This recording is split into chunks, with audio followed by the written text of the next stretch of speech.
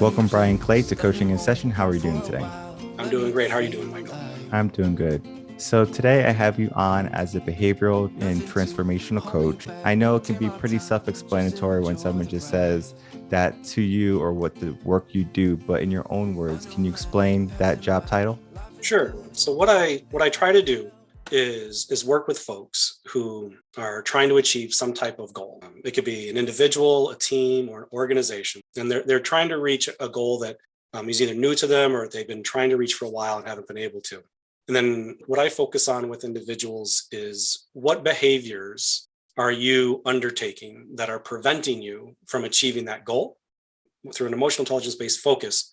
Start to identify why you're taking the actions you're taking and start developing different types of emotions and different types of behaviors that when you apply them actually help you achieve the goals as opposed to continue to fall short. And would you say this is like a habit thing where people just get into a habit of doing the wrong things? Or is it something more of, well, this is the easy road. I'm just going to take the easy road? It can be either one of those. There's a number of reasons why people have developed behaviors and have behavioral patterns. The folks that I typically work with are folks who have been trying to break patterns for an extended period of time and have not been able to figure out why they've been doing it. And so when I work with folks initially, there's always to start off with let's understand you initially. Let's not try to point fingers externally to the world, say the world makes me do this, or my mom made me do this, or let's talk about you and really what has that behavior been doing for you? Because the one thing about working with folks on behaviors is that people don't do things typically by happenstance unless you're put in like an immediate fight, flight, or freeze type moment. The behavior you're doing has been successful for you in one way, shape, or form. And so the goal is to try to get people to understand what that behavior has been getting for them for a period of time, and then understanding where it's coming from. And then what is it you have to change if you want to get to that next level, regardless of how that behavior pattern started. And I love that because that's going to be the individualized approach. It's not going to be one of those cookie cutter things where it's like, okay, this is your problem because it's everyone else's problem. You have a unique problem. So what your behavior is might be unique because you have a different situation. And I think that's important to realize because education or just teaching and coaching in general is going to be a people to people type of profession. And I know that's kind of shying away as we go on because now it's kind of like, okay, well, how many programs can I sell? How many clients can I get versus how many people can I help? And I know when we're dealing with like transforming people and then looking at people individually, I think that's to be more effective than just the cookie cutter type of programs. In your experience, do you think that's more impactful than just a generic type of program for coaching? Absolutely. Most, if not all of my clients, whether they've been individuals, teams, or corporations, are coming to me because some other type of coaching has failed. And I'll raise my hand and say that the reason why I actually got into coaching was that I found the benefit of that individualized approach. Before I was a coach, I was an officer, I was an executive within the corporate world, held those titles at multiple large corporations. And you always went through the standard HR programs, or they would send you outside to go to some seminars where there's 500 people and you're all getting the same stuff that this person is touring and touting around the country. And it wasn't until I started working with one particular coach specifically who saw me as an individual and started to understand how to help me break that stuff down as an individual that I was actually able to start to flourish in the space that I wanted to. And what was amazing to me was that when we did it, it wasn't just me and him by myself. And then it wasn't just me with one individual afterwards. It was with a group of 28 other executives.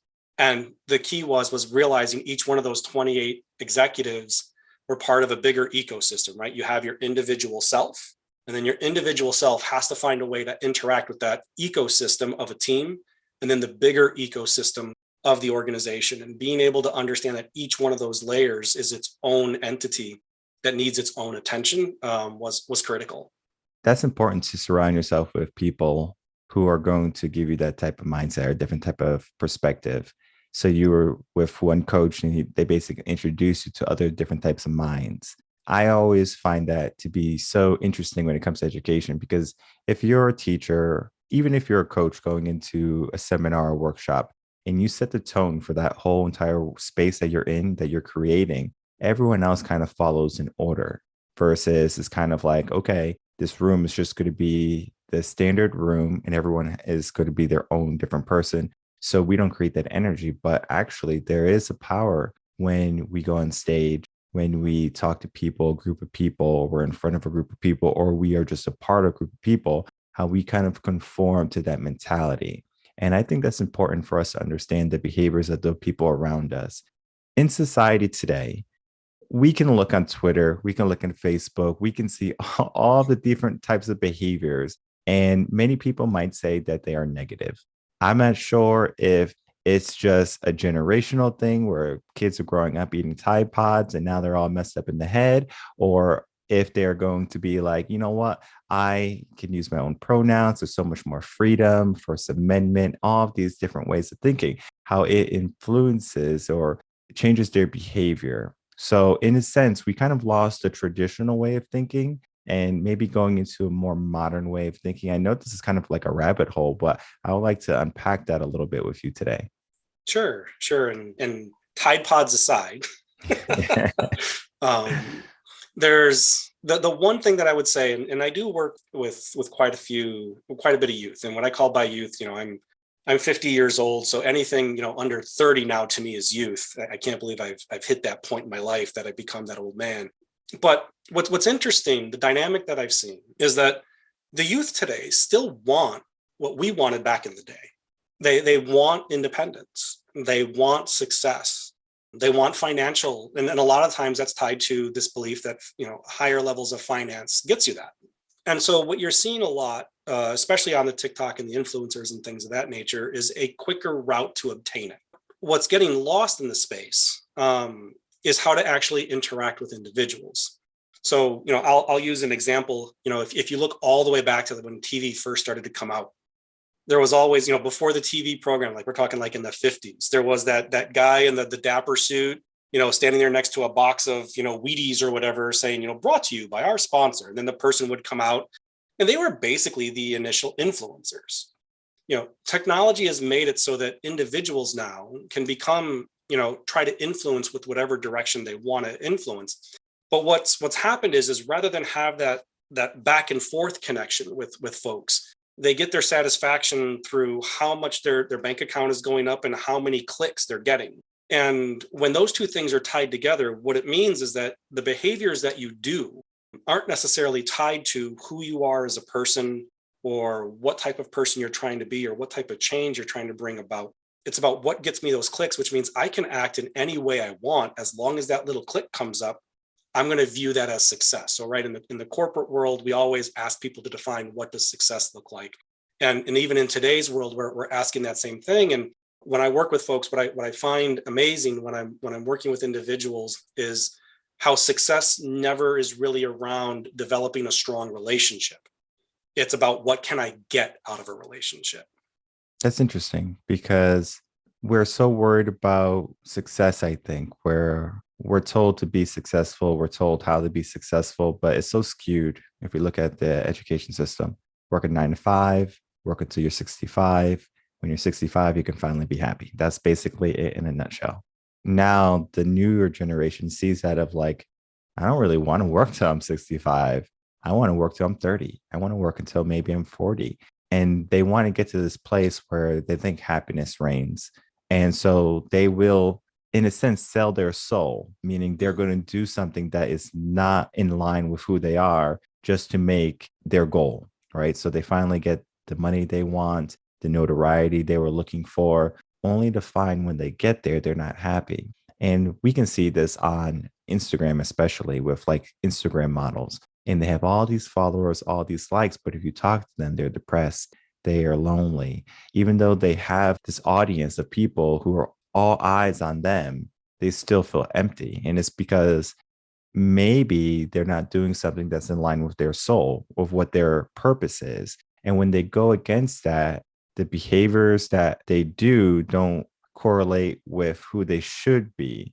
And I think that just kind of hurts society as a whole because that individual has an opportunity to do something that only they can do. I'm a huge believer in that we can do something that no one else can do, that you can do something that I can't do. And it's not that I can't do it, it's just the way that you do it is not going to be the same as if I do it.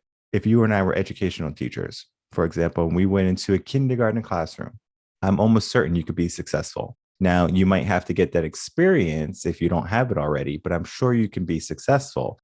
But how you are successful in getting those classroom students to learn and to have fun is going to be different than how I do it.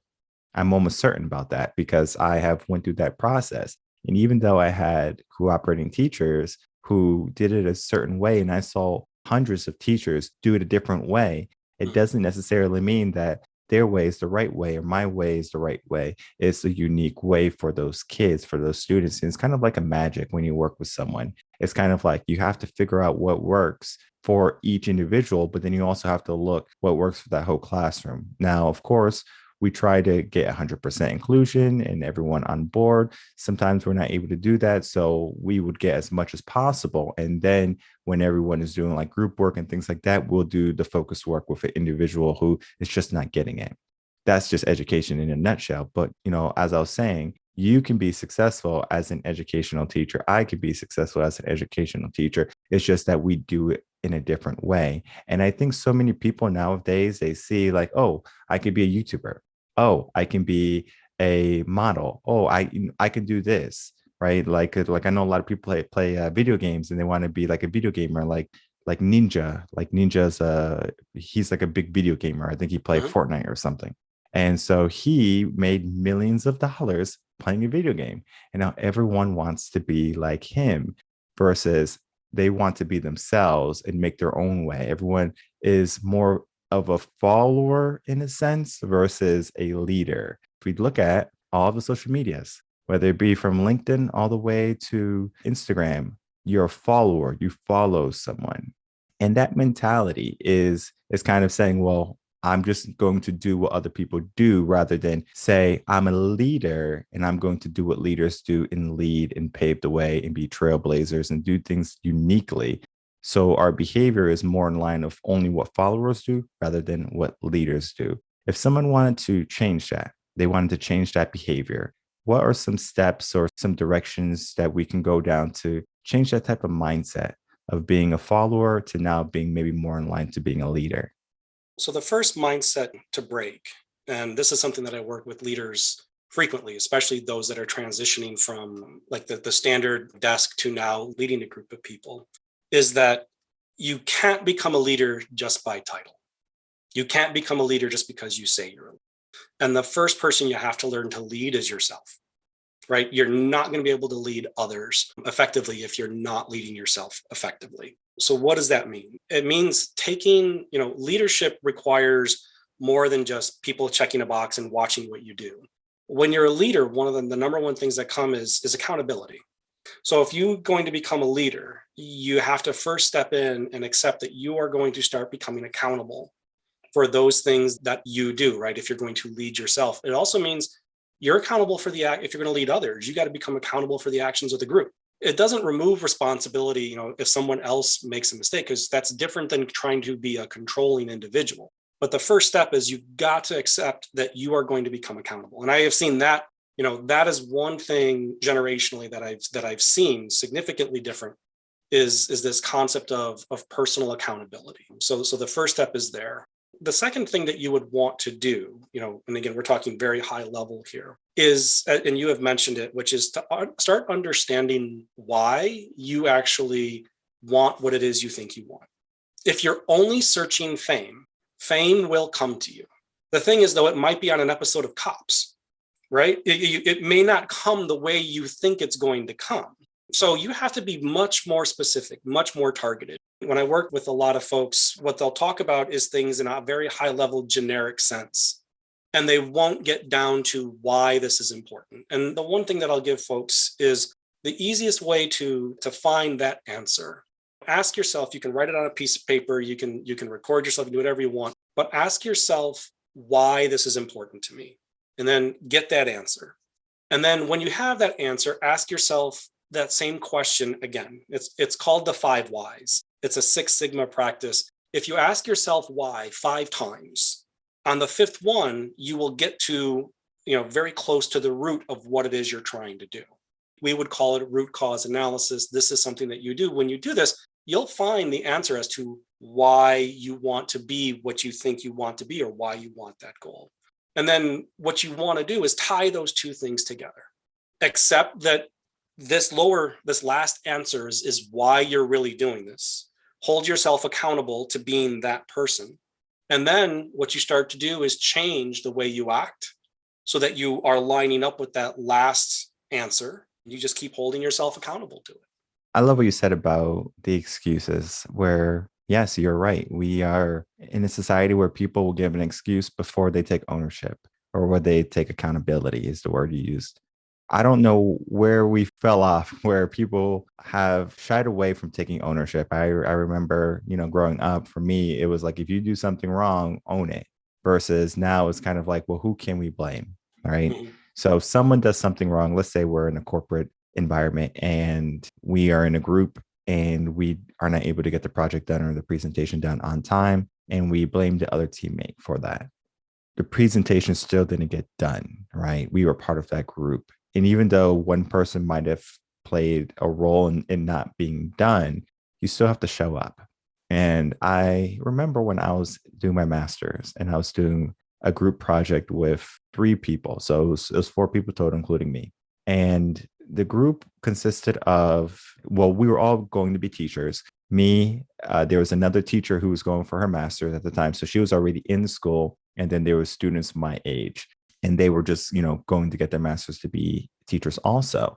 The teacher who was already working and everything, she was like 100%, no fluff, let's get this project done, versus the other 2 were more in line of, well, I'm busy and I can't do it. And when we got down to the end of the whole process in the project, it was like we did all the work, her and I, because if we didn't do the work, the project would have never been done, because they were doing, their own life. They were taking care of their own thing. And they were like, well, I'm so busy. I have work. I mean, yes, I have work too. We have a commitment together as a team, as a group, to get this project done. And it was so interesting because toward the end of that project, we had just one thing to do. We had just one thing to do. Her and I did most of the work. We gave little bits of work to the other people, but it was only a fraction of what was really having to be done. We gave one assignment to one of the members and saying, hey, the only thing you have to do is this, because they were trying to do things. It's just everything wasn't working out. Well, they did the assignment wrong.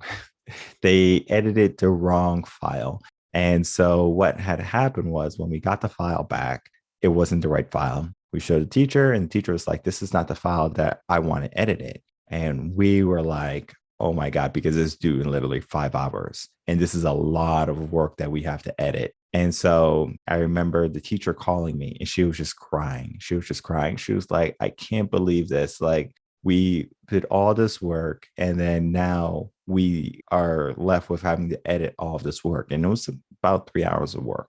And she had bronchitis, so she couldn't even talk. So she was miserable. And I just told her, I said, just take a breather. We're going to do it, you and me. We're just going to do it. And so I edited the file with her on the phone for about 3 hours, 14 minutes, I think was the exact time. And so we got the file done. Now, when we gave it to the teachers, of course, she was like, good, this is the right file, right? We did exactly what we were supposed to do. The other 2 wanted our file. Now, the other 2 didn't want to be on the phone with us. They didn't want to offer input to us. So what we did was we said, here's the file that you have to edit. Feel free to edit it, because we had to edit it. We did most of the work and everything like that. They were a little bit butthurt, right? One person who was supposed to do the file was so upset at herself because she edited the wrong file. So she was kicking herself in the butt. And then one person who was just expecting all the answers and given everything was hurt because she wasn't given everything. So it was kind of like, you have to work if you want to eat. For me, again, like, I was raised to take accountability. So at that time, I knew I couldn't yell at her, or I couldn't yell at any of my group members to say, hey, you're not producing. So I took it into my own hands. But that's just the behavior of the modern type of people. I was raised traditionally.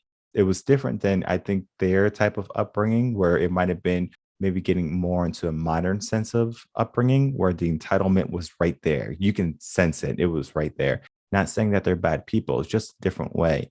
They were expecting the answers, they were expecting the results without the work. And I know it's because the brain likes easy, but if we don't put in work for failure, if we don't put in work for progress and success, how can we be so entitled still to expect those things in our life?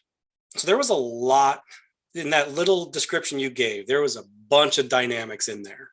And by the way, what you just saw, what you just described happens in homes, happens in the corporate world, happens on baseball fields. It doesn't matter where you go. When you start to have a group of people coming together, you're going to have those potential dynamics. We think that those types of things are unique to us, and it's not. I mean, if there's anyone who watches professional sports out there, you can take a look at the New England Patriots, who, as much as I despise, the fact that, they always win, there's a reason they're always successful. And it's because from the very beginning, when a group forms, you have to be able to set those expectations and set those ground rules.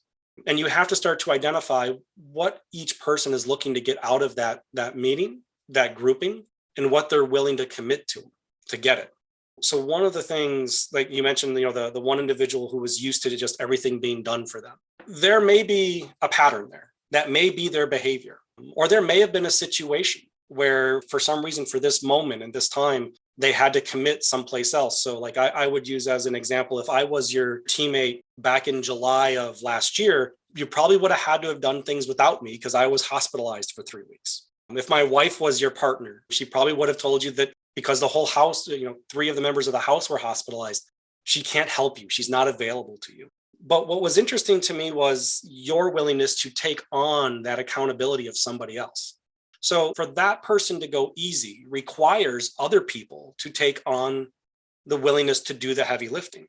And if you had raised your hand and said, I'm not doing this heavy lifting. If you and your teacher, teammate would have said, we're not doing it. What's more important to us is that we have equal shares in this. It may mean that I don't get that A+, but come heck or high water, you're going to do some work because it's more important for me, for me to have that interaction, that relationship, and that this team dynamic gets itself addressed, as opposed to just getting that accolade and getting that credit. There are going to be everywhere that you go within the world, even in today's modern society, you're going to have those folks who aren't viewed as bringing value, but are not held accountable through their own actions. And then you're going to have those people who are high achievers who are going to put everybody on their shoulders and drag them through. Both of them, 15 years later, are going to run into different problems. The high achievers have burnout. The lower achievers are the ones looking back and saying, I have not done anything. But in the end, they both reach this point of realizing that what they've been doing isn't sustainable. Now, you did ask a question about when did this start happening? And I'm old enough to at least speak from my own experience of what I've seen. And I can tell you that when this looked like it started to make a change was in the late 80s and through the 90s. And I can tell you in the corporate world when these things started to change, because I was there when it happened. And it started with laws and policies in the corporate world that no longer made me as an individual be responsible for how I was going to react to something. You'll hear it a lot nowadays that, whether they're the harassment laws or the toxic workplace environment or, things of that nature, it actually became legal to look at you and say, anything that you've said, if I personally take offense to it, that's not mine to own. I now can punish you by going and complaining that you've said something that's offended me. And it's not my responsibility to deal with and address that offense. It's your responsibility to now try to figure out what you can say and can't say that won't offend me. And while it was good intended back in the 80s and 90s, because there was some stuff that needed addressed and corrected, as with anything else, it's now been taken and now it's used as a way to gain success within an organization. Whether that organization is school, in a classroom, on a ball field, or in corporations, or even in a household, right? I'm no longer responsible. You've made me mad. That's you. And even, it's one of the things where I differ from a lot of coaches in this space, especially on the emotion intelligence side, is that a lot of the emotion intelligence sides talks about the importance of empathy and the ability to try to put yourself in someone else's shoes. And I'm a bit off with this in that I don't want folks that I work with or folks that I interact with doing that. I actually want that to stop. I want folks to become empathetic towards themselves feel comfortable, expressing care towards others, but you don't do that by stepping in their shoes.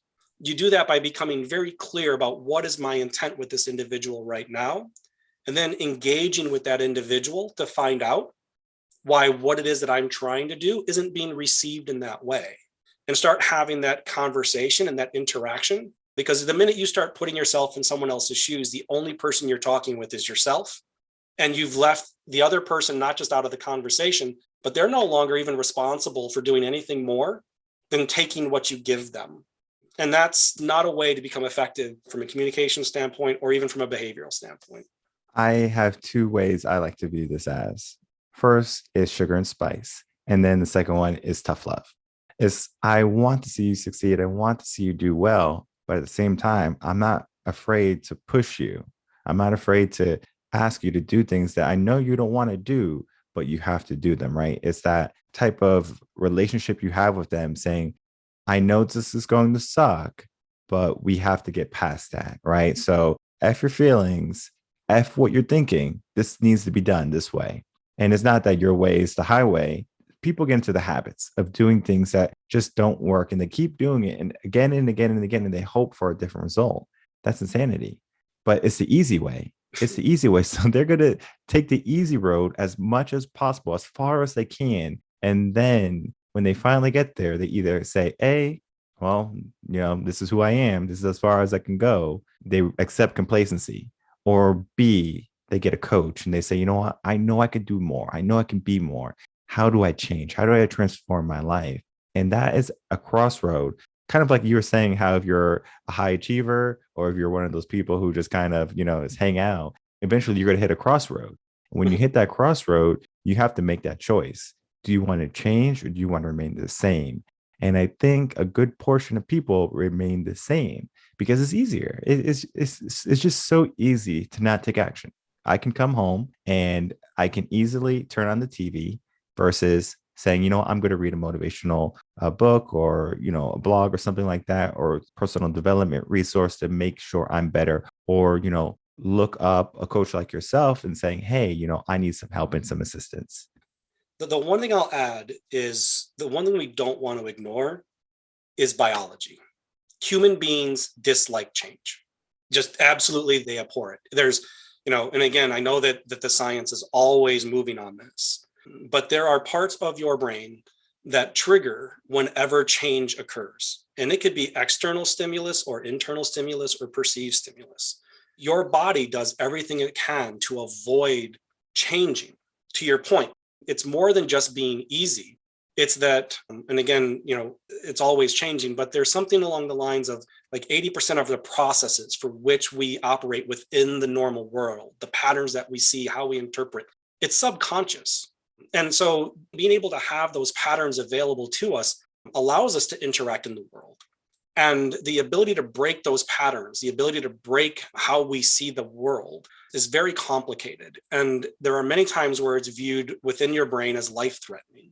And when you have situations like that, where your mind is actually potentially telling you that this is a life-threatening change, if you did this, you are threatening your existence or your ability to exist, folks are going to resist.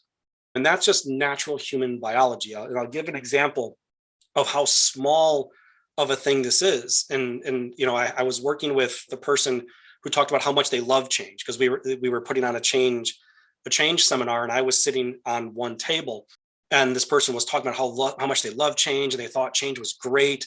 They're all behind change. And so I took this individual's sunglasses and I moved them from in front of them to in front of me. And that's all I did was move their sunglasses. And the look on this person's face was mortification. And I looked at the individual, I said, so tell me how much you like change right now. And he started laughing and said, I guess I don't. I said, we can take this further. Give me your cell phone and let me change your password, see if you can get into it. Humans in general, they don't understand how hardwired they are to trying to keep everything status quo. Even those who claim to be change agents or change champions, what they really mean is they like it when they can change the world for others after they've had a chance to get ready to accept them. So it's one thing, one of the things you want to take into consideration. A lot of change management, a lot of change, behavioral change comes from Its roots comes from things that when you start talking about like, the stages of grief and things of that nature, because you're going through the same thing.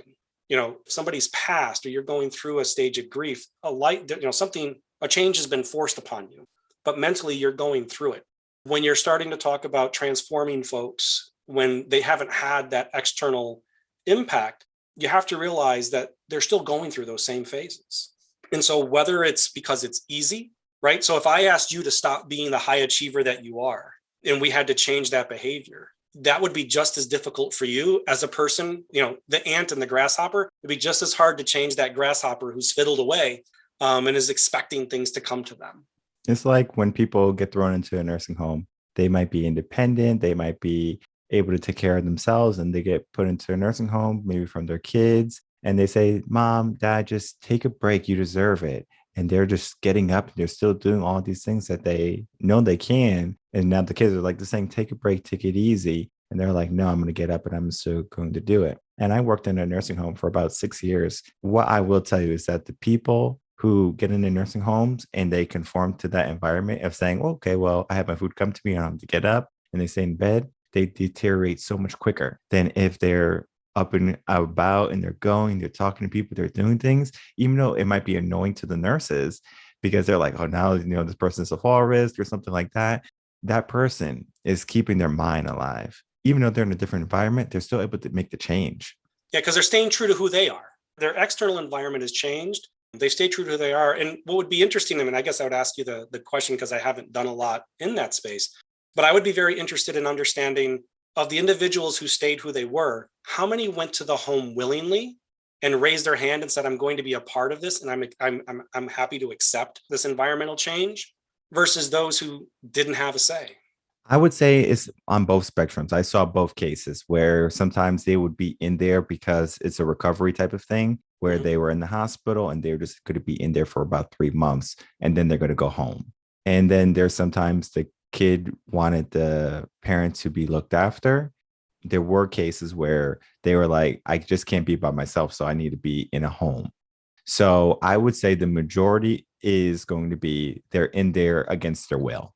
And those were, but you saw them having just as much success as the ones that didn't go in against them.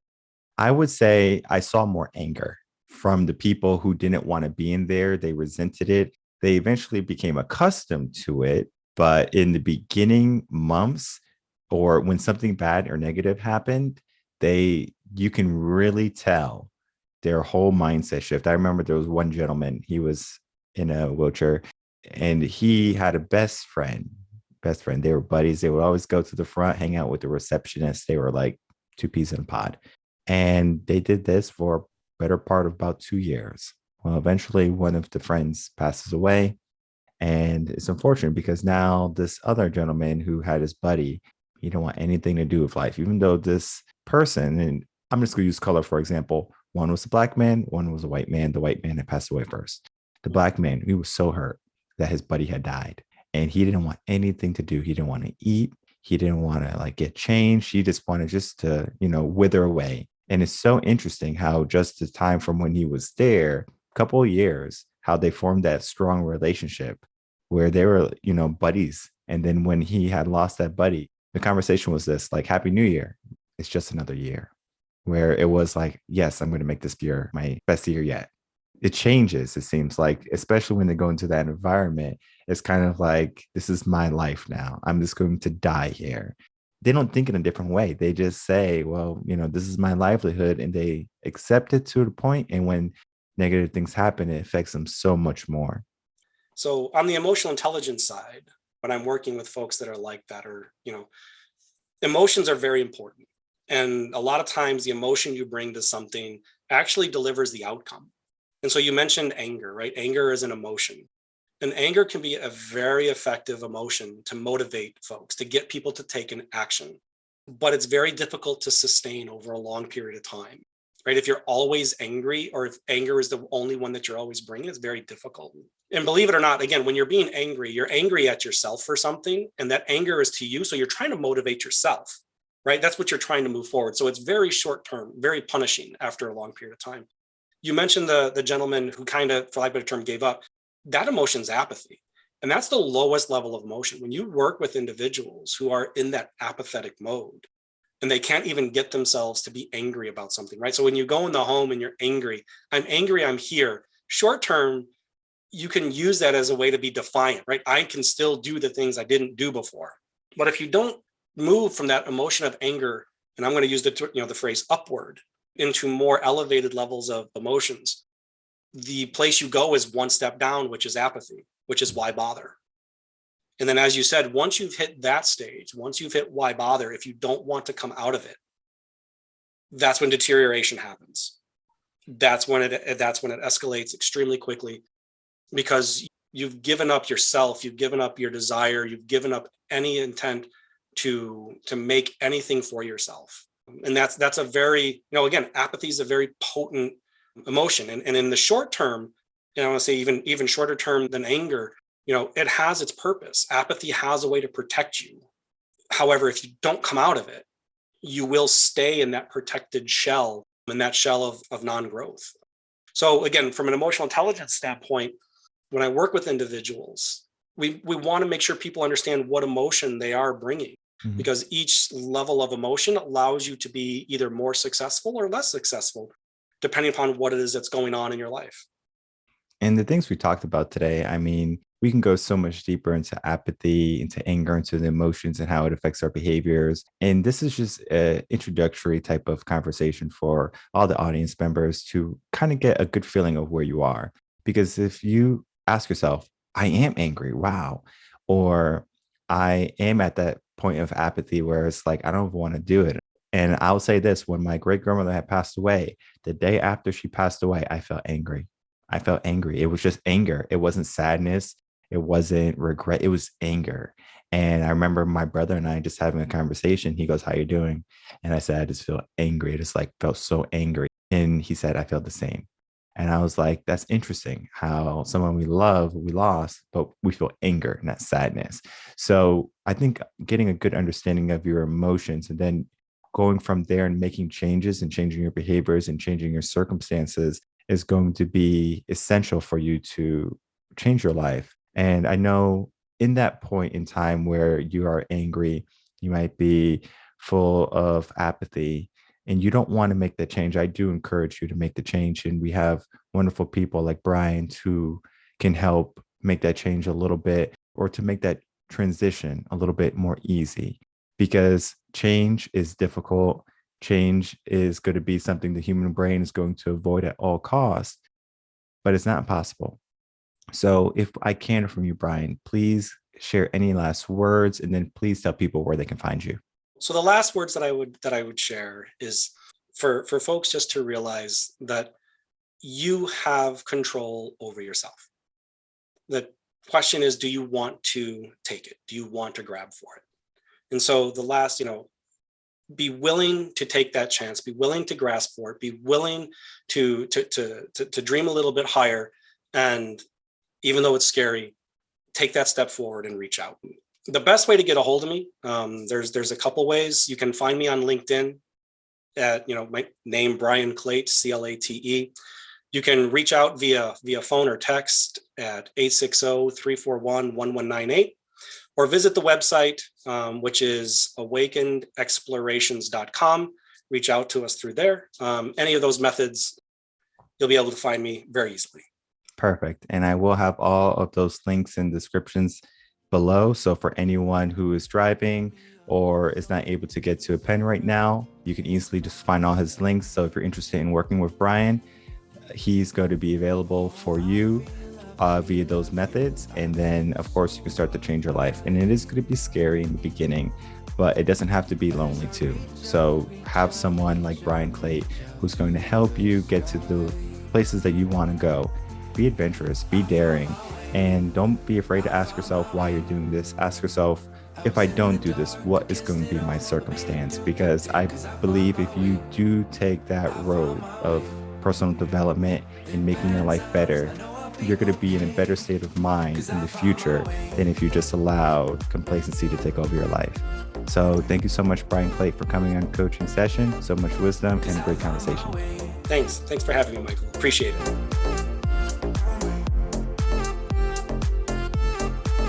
'cause I find my